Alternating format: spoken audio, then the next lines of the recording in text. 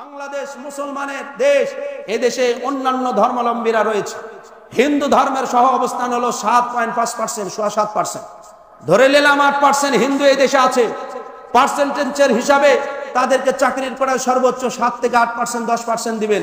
আওয়ামী সরকারের আমলে হিন্দুদেরকে ডিসি, এসপি, রাষ্ট্রের গুরুত্বপূর্ণ মাদ্রাসা শিক্ষা বোর্ডের সচিব থেকে চেয়ারম্যান থেকে শুরু করে রাস্তার ঝাড়ুদার পর্যন্ত হাতে গোনা তাদের ফাইলের হিসাব অনুযায়ী 35 থেকে 40% হিন্দুদেরকে ক্ষমতায় বসিয়েছে। জোরে সোরে বলছি না আউযুবিল্লাহি মিন যালিক। সুতরাং পুরা বাংলাদেশ চষে বেড়ালে আপনি দেখবেন প্রত্যেক জেলার ডিসি হয় হিন্দু না হয় মেয়ে মানুষ। বেডিসল মানে মেয়ে মানুষের সাথে এদের যে এত পীড়িত। বাংলাদেশে যত মহিলাদের চাকরির ক্ষেত্রে বেইজ্জতি করার রাস্তা খুলেছে আওয়ামী লীগ সরকার। এই জন্য ইসকন নামীয় ধর্মীয় উগ্রবাদী এই সংগঠন, এই বিজাতি বেঈমানের বাচ্চারা আমাদের দেশের রাষ্ট্রীয় মসনদে যারা দীর্ঘদিন ক্ষমতায় ছিল তাদের মাধ্যমে যেহেতু এই দেশে শেল্টার নিয়েছে, তারাও মনে করেছে আওয়ামী লীগ যতটা এই দেশে দাপটের সাথে চলেছে আমরাও ততটা দাপটের সাথে চলবো। কিন্তু আমরা পরিষ্কার ভাষায় বলতে চাই, এই দেশ মুসলমানের দেশ।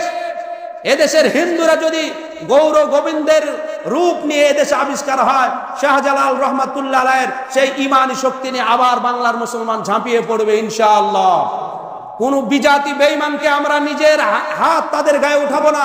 কিন্তু ইসলাম নিয়ে যদি কোনো মন্তব্য তারা করে মাড়ির সাথে দাঁত একটাও রাখবো না। জোরে বলেন ঠিক কিনা?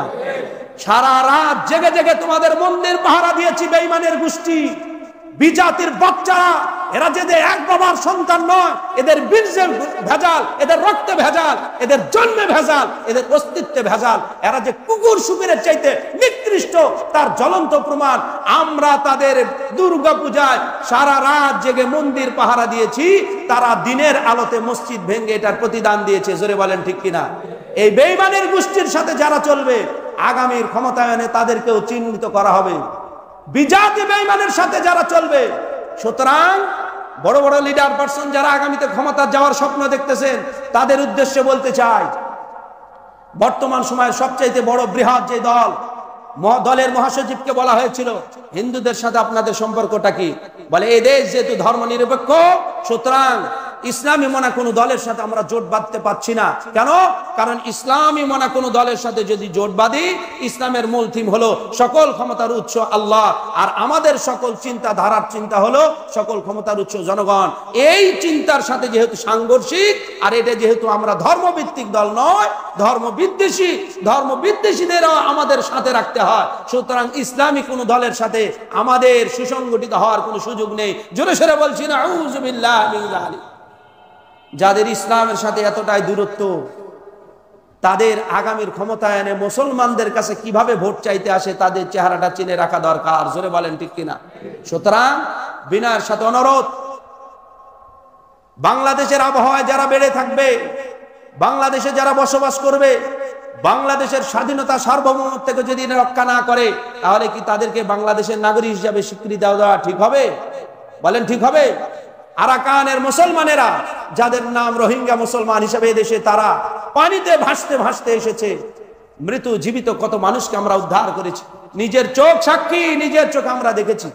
15 থেকে 20 লক্ষ মুসলমানদেরকে নির্মমভাবে তারা দেশ থেকে বের করে দিয়েছে। নিজেদের জাতি, আমরা মুসলমান যেহেতু দরদি ধর্মের অনুসারী, সমস্ত পৃথিবীর মোড়লদেরকে নিয়ে জাতিসংঘ অধিবেশন ডাকা হলো। 204টি দেশ এই অধিবেশনে যোগ দিল। 132টি দেশ মিয়ানমারের বিরুদ্ধে মানবতা বিরোধী অপরাধ হয়েছে বলে স্বীকৃতি দিয়েছে। শুধু ভারত সহ 60টি দেশ এটার পক্ষে হা না ভোট দেয়নি। চুপ ছিল এই বোমা শয়তানের গোষ্ঠী। আর এই ল্যাংটির বাচ্চাদের জন্য রোহিঙ্গা মুসলমানদেরকে নিজের বাড়িতে আর ফেরত যেতে পারেনি। জোরে বলেন ঠিক কিনা? সুতরাং ল্যাংটিদেরকে আমরা বলতে চাই, আমরা তোমাদের লেংটি ধরে টান দিব না, কিন্তু আমাদের পাগড়ির সামা ধরে টান দিলে তোমাদের পরনের কাপড় খুলে ফেলবো ইনশাআল্লাহ। মুসলমানের দেশে থাকবে ভদ্রতার সাথে থাকো, মুসলমানের আলো বাতাসে থাকবে ভদ্রতার সাথে থাকো। মুসলমান কোনদিন তোমাদের মন্দিরে হামলা করেনি। গত 4 দিন হলো চট্টগ্রামের একজন সিনিয়র আইনজীবী, যিনি গ্রাজুয়েশন কমপ্লিট করে কোর্টে তার আইন পেশায় নিয়োজিত, ধর্মভিত্তিক একটি সংগঠনের তিনি নিয়মিত সদস্য, তার ব্যাপারে চরিত্রগত আমলিগত টাকা পয়সার লেনদেনে কোনো দুর্নীতির প্রমাণ পাওয়া যায়নি। ইসকন নামী ওই সন্ত্রাসী সংগঠন চিটাগাং ব্যবসায়ীদের দোকানপাটে হামলা করেছে, সিলেটের মসজিদ থেকে মন্দির থেকে এসে মসজিদের মুসল্লিদেরকে হামলা করেছে, ঢাকার গুপিবাগে মুসলমানদের উপর নির্মমভাবে গুলি চালিয়েছে। এদেশের 38টি জায়গায় গত 3 বছরে সশস্ত্র তারা অস্ত্র উঁচিয়ে আমাদের উপর হাঙ্গামা করেছে। শুধু বিজাতিদেরকে এটা দেখাতে এসেছি যে ইসলাম ততক্ষণ পর্যন্ত কারো গায়ের উপর হাত তোলে না যতক্ষণ পর্যন্ত ইসলামের উপর হুমড়ি খেয়ে কোনো বিজাতি না পড়ে। জোরে বলেন ঠিক কিনা? সুতরাং এতগুলি দেখার পরেও রাষ্ট্র কেন কার ইশারায় নীরব রয়েছে এটা জাতি জানতে চায়। রাষ্ট্রের কাছে বলতে চায়, সাইফুল ইসলাম নামে যে অ্যাডভোকেটকে দিনের আলোতে প্রকাশ্যে কুপিয়ে হত্যা করেছে ইসকন নামে সংগঠন, হত্যা করার মাধ্যমে তার যেমন প্রাণ পাখি দুনিয়া থেকে বিদায় নিয়েছে, আমরাও বাংলাদেশ থেকে ইসকনকে বিদায় করেই ছাড়বো ইনশাআল্লাহ। সুতরাং ইসলামের ব্যাপারে, দেশের ব্যাপারে, ধর্মের ব্যাপারে এক অভিন্ন।